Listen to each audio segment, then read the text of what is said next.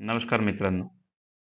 आपण आज ज्यांनी भारतात कृषी क्षेत्रात फार मोठ्या प्रमाणात बदल घडवून आणला किंवा कृषी क्षेत्र काय असते हे घडवलं.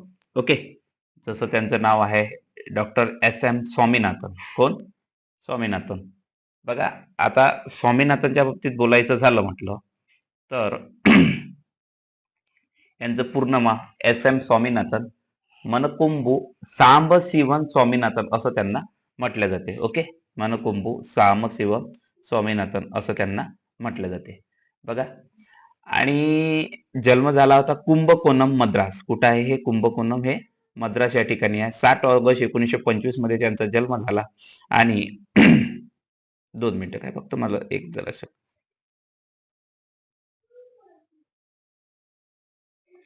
हा, इथं त्यांचा जन्म झाला. ठीक आहे.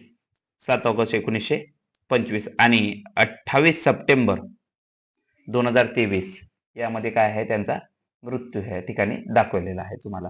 भारतीय हरित क्रांतीचे जनक म्हणून त्यांना ओळखले जाते. काय ओळखले जाते? भारतीय हरित क्रांतीचे जनक.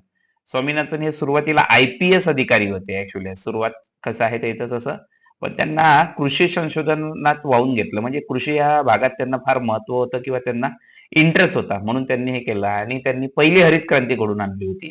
आणि ती हरित क्रांती म्हणायचं झालं तर पंजाबमधली गव्हावर घडून आणली होती. त्यांनी त्यांनी इंटरनॅशनल राईस रिसर्च इन्स्टिट्यूट महासंचालक म्हणून कार्य केले होते आणि ते फिलिपाईन्स आहे. ठीक आहे. हे सुद्धा आहे. पहिल्या जागतिक अन्न पुरस्काराने ते सन्मानित झालेले आहे आणि ते सन्मानित झाले होते 1987 ला. त्यानंतर 2004 मध्ये राष्ट्रीय शेतकरी आयोग अध्यक्षपद सुद्धा त्यांनी भूषवलेलं आहे. राष्ट्रीय शेतकरी आयोग हे.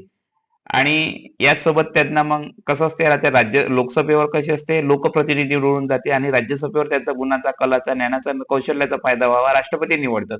अशाच प्रकारे 2007 ते 13 या दरम्यान ते राज्यसभेवर नामांकन झालेले होते.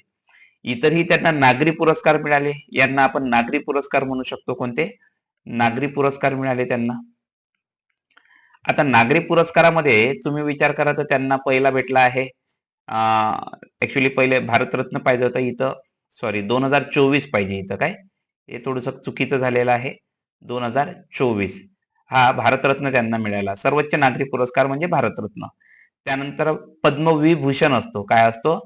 पद्मविभूषण. तो 1989 ला मिळालेला आहे त्यांना. 89 ला. त्यानंतर पद्मभूषण, ओके, काय 1972 ला मिळाला आहे. आणि रमेन मॅग्सेसे पुरस्कार हा सुद्धा त्यांना 1971 ला. ओके. पद्मश्री सुद्धा त्यांना काय भेटलेला आहे, 1967 ला.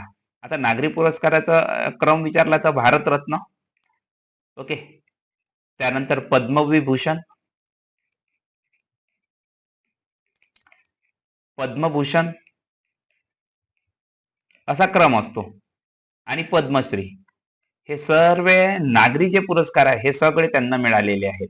ओके. तर हे डॉक्टर स्वामीनाथन यांनी पंजाबमधील गव्हावर हरित क्रांती घडून आणली होती. ओके. चला, थँक्यू.